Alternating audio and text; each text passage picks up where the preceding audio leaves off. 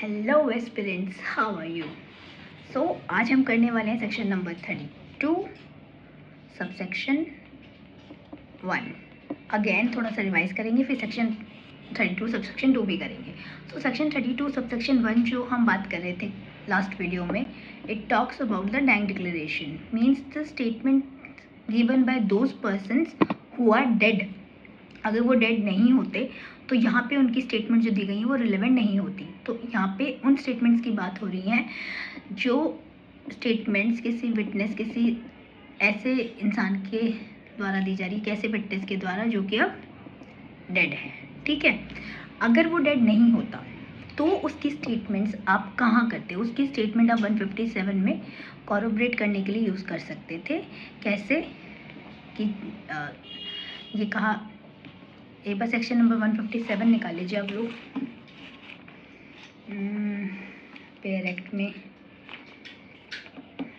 हाँ, so what does section 57 says? It says the formal statements of witnesses may be proved to corroborate later testimony as to the same fact. तो मतलब ये कि जो आपने पहले कोई स्टेटमेंट दी है उस चीज़ को जिस विटनेस ने भी दी है, किसी विटनेस ने कोई स्टेटमेंट दी है पहले, फॉर्मल दे रखा है ना, मे बी प्रूव करी जा सकती है टू कॉरोबरेट लेटर टेस्टिमनी, मतलब कॉरोबरेट करने के लिए। भाई आप पहले तो ये कह रहे थे, अब ये कह रहे हैं, तो कॉरोबरेट करने के लिए उस चीज़ को यूज़ किया जा सकता है। ठीक है, वो वहाँ पे रिलेवेंट हो जाएंगी। ये आपका 157 का जो कंसेप्ट है वो कॉरोबरेट कराता है।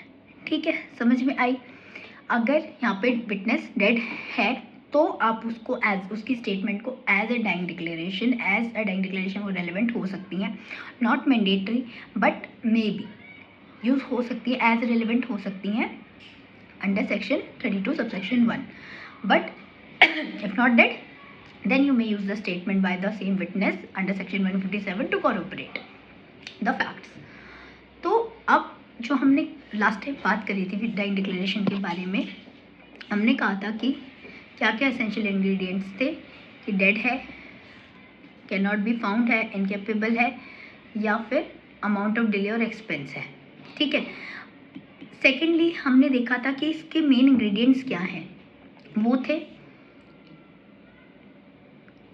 कि एक तो कॉज ऑफ डेथ, कि भाई क्या रीज़न था, कोई लड़की के चक्कर में मौत होगी, जैसे आपने देखा होगा कॉलेज में होता है कि भाई लड़के लड़की है, उस लड़की को पसंद किया, कि और लड़के ने आके उससे बात कर ली, उन दोनों के बीच में झगड़ा हो गया, मैं तो नहीं छोड़ूंगा, उसने तेरे से बात भी कैसे करी, मैं चाह रहा हूँ आज तो उसको देख ही लूँगा मैं। तो इस तरीके के जो सर्कमस्टांसेस हैं वो, ठीक है। एक तो हो गया आपको कॉज की, कॉज क्या था, और circumstances of the transaction means कि कैसे हालात थे, जैसे हमने लास्ट टाइम डिस्कस किया था।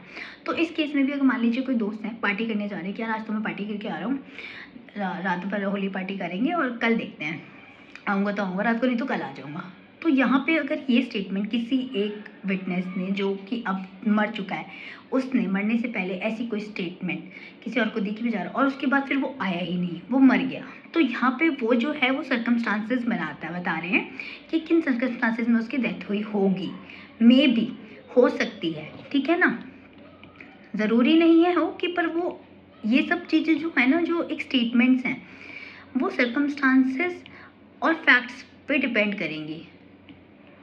ठीक है ना, हर केस अपने में अलग होता है, सर्कमस्टांसेस अलग होता है, तो उनको कोर्ट देखेगी, उसमें देखेगी कि हाँ भाई ये स्टेटमेंट क्या हो सकता है, रेलेवेंट हो रही है तो ठीक है। क्योंकि यहाँ जो एक बाइफिकेशन है इंग्लिश और इंडियन लॉ में वो यही है कि इंग्लिश लॉ में तो क्या है, एक्सपेक्टेशन होनी चाहिए बंदे को डेथ की कि भाई वो हो सकता है वो मर जाए, बट जबकि हम अपने इंडियन लॉ में देखें तो ऐसा कोई मैंडेटरी नहीं है। It is specifically written was और वॉज नॉट, या तो था या नहीं था, इससे कोई मैटर नहीं करता। ठीक है, इसी तरीके से नेचर ऑफ द प्रोसीडिंग में भी है, जैसे हमने बात करी थी कि भाई सिविल और क्रिमिनल दोनों केसेस पे अप्लाई होता है। तो इसका एक बहुत अच्छा ना इसकी इलस्ट्रेशन हम लोगों ने नहीं करी थी, तो आज हम उसकी इलस्ट्रेशन करते हैं। एक बार 32 की ना इलस्ट्रेशन देखिए और इलस्ट्रेशन नंबर ए देखिए। ठीक है, इलस्ट्रेशन ए क्या कहना चाह रही है?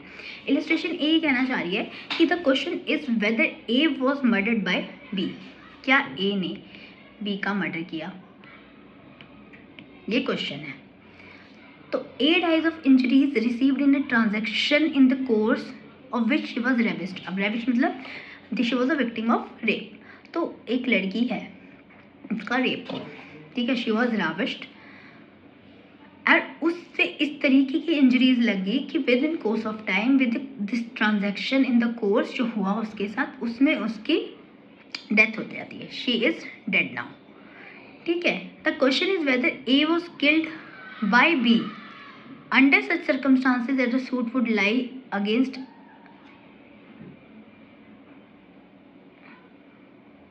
अच्छा नहीं, ये सॉरी, थोड़ा ऊपर नीचे वाली लाइन पढ़ ली मैंने।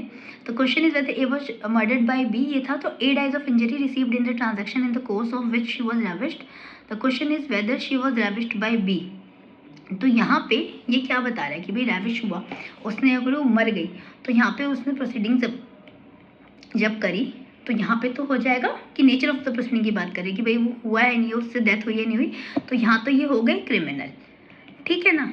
कि ये बताना चाह रही है इलस्ट्रेशन कि यहाँ पे उसने जो उसका रेप हुआ, शी वॉज रेविश्ड, तो उसको इसकी तरीके की इंजरीज थी कि with in a duration type वो मर गई, ठीक है। तो यहाँ पे अब इसकी जो डेथ है, जो गर्ल है, ये रेप हुआ इसका, अब इसकी जो भी चलेगी प्रोसीडिंग्स, जब चलेंगी इंस्टीट्यूट प्रोसीडिंग्स जब इंस्टीट्यूट होंगी, तो ये क्वेश्चन रेज होगा कि भाई वो कैसे मरी। तो यहाँ पे वो जो स्टेटमेंट जो वो देगी कि हाँ भाई मैं गई थी, मेरे साथ यही हुआ, ये जगह थी, इतने लोग थे, मुझे इस तरह मेरे साथ हुआ, तो वो जो इन चीज़ों को एक्ट को जो बताएगी, एक्सप्लेन करेगी, तो यहाँ पे वो रेलेवेंट होंगे। हमने यही चीज़ सेक्शन 8 में भी पढ़ी थी, आपको याद हो कि जब the girl was ravished and she was talking about the things कि जो हुई, उसने एक्सप्लेन किया एक्ट को और उसको कंपनी जो सर्कमस्टांसेस थे वो सब चीज़ें बताई, तो वो वहाँ पे क्या कर रही थी, तो वो वहाँ पे ट्रीट हो जा रही थी एज अ डाइंग डिक्लेरेशन, जैसे हमने पढ़ा भी था। प्लीज़ आप लोग एक बार सेक्शन नंबर 8 की इलस्ट्रेशन को दोबारा रिवाइज कर लीजिएगा, ये उसी से कनेक्टेड है, मैं इसको थोड़ा और बाइफिकेट करके बता रही हूँ कि वहाँ पे अगर वो लड़की उसने गई, उसने पुलिस को कंप्लेन की कि हाँ भाई मेरे साथ ऐसा ऐसा हुआ, now if she is dead, तो उसकी जो स्टेटमेंट है जो उसने पुलिस को दी थी वो यहाँ पे रिलेवेंट हो जाएंगी as a dying declaration. In case she is not dead, तो फिर वो वहाँ पे आपको क्या हो जाएगा, डेड हो जाती है, तो फिर वहाँ पे आप क्या कहते हैं, डेड नहीं होती, तो सेक्शन नंबर 8 में आप उसको रेलेवेंट करते हैं ना as a conduct, as a subsequent conduct बता के, तो वहाँ ये हो जाएगा। अब इसी में तरीके से अगर वो मुकर जाती है, कोई स्टेटमेंट उसने पहले दी है और अब वो कह रही है कि भाई मैंने नहीं दी, तो उसको कॉर्पोरेट करने के लिए आप 157 का यूज़ करेंगे सेक्शन की। उसने पहले तो ये स्टेटमेंट दी थी कि भाई उसके साथ ऐसा ऐसा हुआ है और अब वो कह रही है कि ऐसा नहीं हुआ, तो उस चीज़ को कॉर्पोरेट करने के लिए आप 157 में जाएंगे, ठीक है। इतना क्लियर हो गया। So this is all the circumstances कि आपकी जो स्टेटमेंट है वो किस तरीके से रेलेवेंट हो रही है as a statement of your dying declaration. Suicide note हो गया, किसी ने कोई वॉइस मेल छोड़ा है, किसी ने कोई व्हाट्सएप मैसेज डाल दिया है रिलेटिंग टू दिस, किसी थर्ड पर्सन से कोई बात करी है, पुलिस को भी अगर कोई बात की है, FIR भी करी है, तो ये सब चीज़ें जो है सर्कमस्टांसेस रिलेट कर लेंगे, ठीक है। तो अब इसमें जो दूसरी ही इलस्ट्रेशन इसी पार्ट में है वो देखिए एक बार। The question is whether A was killed by B. The question is A was killed by B, तो ये क्या बताने की कोशिश कर रहे हैं। The question is whether A was killed by B under such circumstances that a suit would lie against B by A's widow. अब सूट वुड लाई, सॉरी यार, हाँ circumstances suit would lie against B by A's widow. सी, अब ये ना आपको खुद का दिमाग लगाना है कि इलस्ट्रेशन किस बारे में बात कर रही है, क्योंकि ये डायरेक्टली तो बता नहीं रहे हैं कि क्या चीज़ है। तो इसमें ये बेसिकली कहना चाह रहे हैं कि due to any accident, due to any negligence, may be in the motor vehicle act, कि भाई उसका कोई एक्सीडेंट हुआ है, नेग्लिजेंस के केस में उसके हस्बैंड की मौत हो गई है, तो वहाँ पे वो एक सिविल सूट फाइल करने जाती है। बी की जो विडो है, ए नाम है, ए की जो विडो है वो बी के अगेंस्ट सूट फाइल करने जाती है कि भाई इसने गाड़ी से बहुत नेग्लिजेंट ड्राइव करके मेरे पति को मार दिया, शी इज डेड। तो अब उससे कॉम्पनसेशन लेने के लिए भी अगर वो सूट इंस्टीट्यूट करती है, और वहाँ इसकी क्वेश्चन का डेथ आता है कि ए जो है वो कैसे मरा, हाउ वॉज ए किल्ड, उसकी। अब यही चीज़ आप सबसेक्शन 1 में देखेंगे, देखिए लिखा which result in cases in which cause of that person death comes into question. तो यहाँ पे जब इसकी क्वेश्चन आएगा कि इसकी डेथ कैसे हुई, तो यहाँ पे भी ये पता चलेगा कि हाँ भाई इसकी डेथ ऐसी हुई, तो ये एक सिविल सूट है, ठीक है। और सेकेंडली यहाँ पे दे रखा है whatever the nature of the proceeding, may be criminal may be civil, और इसी चीज़ को एलेबोरेट एक्सप्लेन करने के लिए इन्होंने इलस्ट्रेशन नंबर ए दे रखी है। सो इलस्ट्रेशन ए में यहाँ पे statement made by A as to the cause of his और her death referring respectively to the murder, rape और एक्शनेबल रॉन्ग।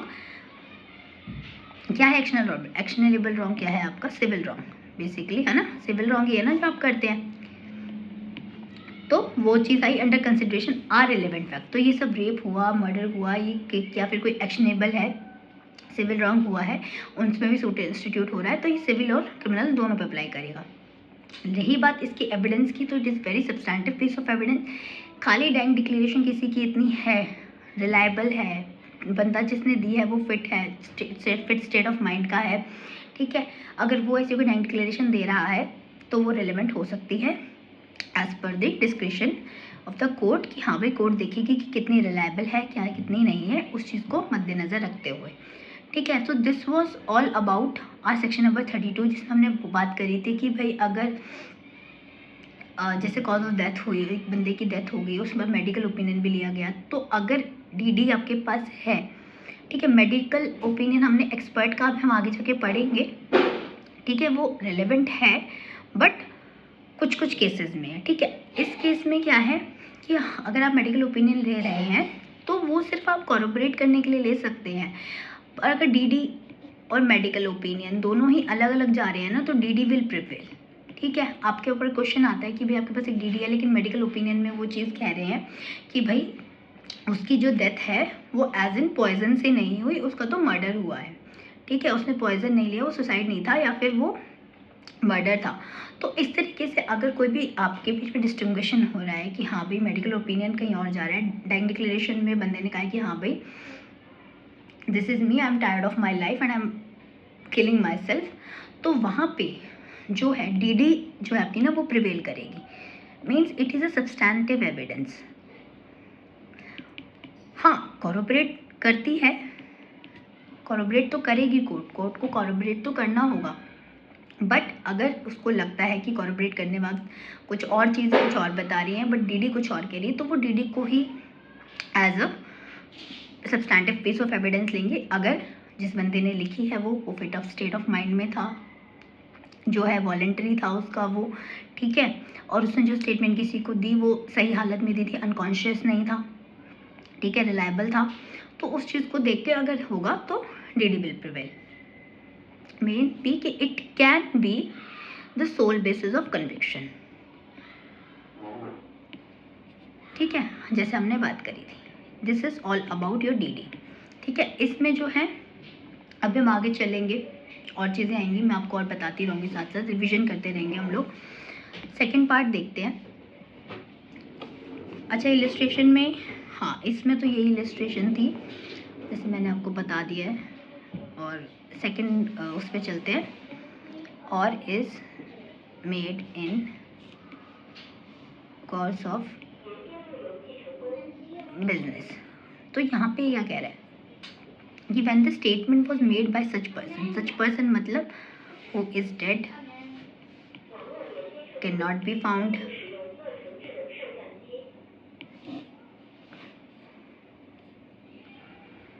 और अटेंडेंस कैनॉट बी प्रोक्योर्ड, ठीक है, या फिर इनकैपेबल है।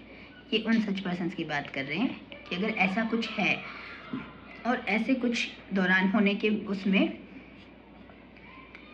जो है the cause of is death comes into when the such statement is made in ordinary course of business। Ordinary course of business में आप सेक्शन नंबर 34 भी पढ़ेंगे, तो उसमें भी ये बात कर रहे हैं कि भाई आप ऑर्डिनरी ट्रांजैक्शन, कोई ऑर्डिनरी कोर्स ऑफ बिजनेस में कोई ट्रांजैक्शन कर रहे हैं, कोई एंट्री कर रहे हैं, आप एक जॉब कर रहे हैं, आप उसमें जो भी अपना डेली का काम करते हैं आप वो लिख रहे हैं, आप एक बेसिकली खुद की एक डायरी भी लिख रहे हैं कि हाँ भाई मैंने ये काम किया, आज ये ट्रांजैक्शन हुई, आज इतना सप्लाई आया, आज इतना माल गया, आज ये पेमेंट आई, आज पेमेंट गई। उस तरीके से जब जो भी आप एक कोर्स ऑफ बिजनेस है, जो भी आप बिज़नेस कर रहे हैं, उसमें जो आपका एक डेली का ऑर्डिनरी कोर्स है जो आप डेली बेसिस पे करते हैं, या डायरी मेंटेन करते हैं, या कोई मेमोरेंडम बनाते हैं, see in particular when it consist of any entry और मेमोरेंडम मेड बाय हिम, किसने एंट्री करी, कोई मेमोरेंडम है in books kept in the ordinary course of business, तो कोई भी ऐसी बुक मेंटेन कर रहे हैं ऑर्डिनरी कोर्स ऑफ बिजनेस में, और इन discharge of professional duty, professional duty मतलब जो प्रोफेशन है आपका, आप उससे रिलेटेड कोई काम कर रहे हैं डेली बेसिस पे, जैसे डॉक्टर के पास जाते हैं तो डॉक्टर के पास एक प्रिस्क्रिप्शन होती है कि हाँ भाई ये बंदे मेरे पास आए थे, ये बंदों को ये प्रॉब्लम थी, उनके पास एक पूरा रिकॉर्ड होता है। इसी तरीके से जो है आपका प्रोफेशनल ड्यूटी होगी। और इन एक्नॉलेजमेंट यहाँ पे आप जैसे सेक्शन नंबर 18 अगर आपने पढ़ा हो लिमिटेशन एक्ट का, तो एक बंदा एक्नॉलेजमेंट बनाता है और उसको साइन कर देता है, और फिर जो उसका लिमिटेशन पीरियड है वो वहीं से स्टार्ट हो जाता है दोबारा से, है ना। तो बेसिकली है ये, जब हम लिमिटेशन करेंगे तब मैं अच्छे से और एक्सप्लेन कर दूँगी। तो यहाँ पे कोई भी ऐसी एक्नॉलेजमेंट करी, एक्नॉलेजमेंट मतलब आपने उस चीज़ को एक्सेप्ट कर लिया, आपने उस चीज़ को लिखा, आपने उस पर साइन कर दिया, आप उस चीज़ को एक्सेप्ट कर लिया, एक्नॉलेज कर लिया, आपके नॉलेज में है वो चीज़। अब नाउ इज रिटन और साइन बाय हिम, रिटन किया है, साइन भी है, with him receipt of money, goods, security और प्रॉपर्टी ऑफ एनी काइंड, मतलब आपको उसको मनी आई, गुड्स आए, सिक्योरिटीज़ आपने ली किसी से, प्रॉपर्टी आपने बेची खरीदी, उस चीज़ का रिकॉर्ड किसी भी तरीके का, और या फिर of a document used in commerce, commerce means यहाँ पे बिजनेस की बात हो रही है कि किसी भी बिजनेस में अब क्या हो रहा है यहाँ पे, या तो आपने कोई मेमोरेंडम बनाया, ठीक है, एंट्री करी आपने बुक्स में, ठीक है, ये आपका कोर्स ऑफ बिजनेस की बात हो रही है, प्रोफेशनल ड्यूटी में आपने किया, एक्नॉलेजमेंट करी आपने, किसी भी तरीके से इस तरीके से जो भी चीज़ें हो रही है, ठीक है। ऑर्डिनरी बिजनेस में आपने बुक्स बनाई, रिटर्न साइन करी, और द डेट ऑफ लेटर और the other document usually dated return और साइन बाय हिम। तो basically business course of business में किसी भी एक पर्टिकुलर बिजनेस में कोई भी ट्रांजैक्शन कंटिन्यू चलती आ रही है, डेली बेसिस का है कि ये ट्रांजैक्शन रिकॉर्ड होंगी, डेली बेसिस का है कि बुक्स ऑफ अकाउंट्स में इनकी एंट्री होगी, किसी भी बुक में उनकी एंट्री होगी जो भी ट्रांजैक्शन हो रही है, तो वहाँ पे वो ट्रांजैक्शन कैसा काम करेंगे। अब मान लीजिए कि कोई व्यक्ति है जो ये चीज़ बना रहा है, अच्छा इसका एग्जाम हम इलस्ट्रेशन से समझते हैं इसको, इलस्ट्रेशन भी अच्छी है। इलस्ट्रेशन भी देखिएगा जो कि 32 सबसेक्शन 2 से ही डील करती है, क्या कहती है कि the question is as to the date of as birth. अब क्वेश्चन क्या है, ए की date of birth, date of birth पे क्वेश्चन है।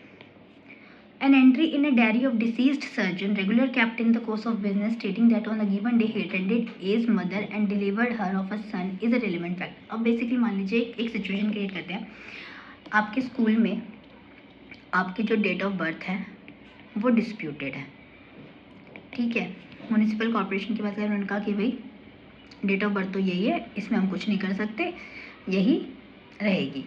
अब प्रॉब्लम हो रही है कि आप कह रहे हो कि नहीं भाई ये तो डेट ऑफ बर्थ गलत है, आपने क्या किया, एक सूट इंस्टीट्यूट किया, सूट इंस्टीट्यूट किया आपने, एक सिविल सूट कि भाई ये डेट ऑफ गलत है, इसकी तो सही करिए, डिक्लेरेटरी डिग्री निकलवाइए इसकी कि हाँ भाई मेरे सन की डेट ऑफ बर्थ यही है।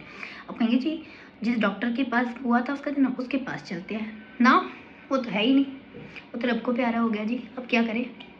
तो अब जो बंदा है ही नहीं तो आप पूछेंगे किससे, जो डॉक्टर था जिसने उसकी वो मेडिकल वो बनाई थी डेट ऑफ बर्थ का वो सर्टिफिकेट बनाया भी था, उसने अपने पास रिकॉर्ड भी किया था, बुक्स में उसने अपनी एंट्री करी थी कि ये जो है एक सन ए और बी का जो सन है वो उसको हमने उसका आज बर्थ हुआ है, ठीक है। अब वो जो बुक्स हैं, अब सर्जन तो है नहीं, डॉक्टर तो है नहीं, डॉक्टर इज डेड, तो अब जो उस डॉक्टर ने बुक्स बनाई थी या फिर वो मिल नहीं रहा डॉक्टर आके तब भी मान लगती, ठीक है ना, तो जो उसने बुक्स बनाई थी कि डेली वो देखता था कि हाँ भाई आज इसका ये जन्म हुआ, आज ये सन हुआ, आज ये डॉटर हुई है, इसकी हुई, उसकी, उससे रिलेवेंट जो सारी एंट्रीज हैं उनको रेफ़र किया जा सकता है एज रिलेवेंट फैक्ट कि हाँ भाई जो है इस डॉक्टर ने लिखा हुआ है कि हाँ भाई 1 जनवरी को इस सन का बर्थ हुआ था, तो यहाँ पे जो एंट्री उसने अपनी बुक्स ऑफ अकाउंट्स में की, सॉरी बुक्स में की है, बुक्स ऑफ अकाउंट्स कह रही हूँ, बुक्स में की हैं, वो यहाँ पे रिलेवेंट हो जाएंगी, ठीक है। आप उनको यूज़ कर सकते हैं अंडर सेक्शन 32 सब सेक्शन 2 ये शो करने के लिए कि हाँ भाई अब बंदा तो है नहीं, बट हाँ जो उसने एंट्रीज करी हैं वो यहाँ पे रेलेवेंट हो जाएंगी, ये चीज़ शो करने के लिए कि हाँ भाई जो बर्थ है उसका वो इसी दिन हुआ था, उसके एविडेंसेस दिए जा सकते हैं। ठीक है, तो ये आपका सेक्शन 32। इसी तरीके से इसमें जो नेक्स्ट एक इलस्ट्रेशन है वो भी देख लीजिए, सी इलस्ट्रेशन, जो कहती है कि द क्वेश्चन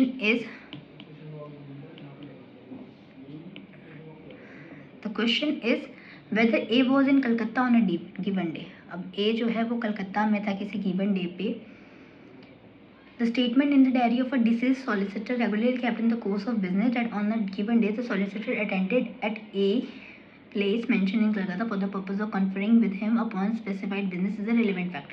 तो एक स्टेटमेंट है जो अपनी डायरी में वो लिखता है कि भाई कौन कौन आया था, कौन कौन किस किस ने अटेंड किया। तो वहाँ पे वो डायरी जो है जिसमें वो उसने सारी चीज़ों को मेंशन कर रखा है, वो भी इस केस में कि भाई कहाँ था।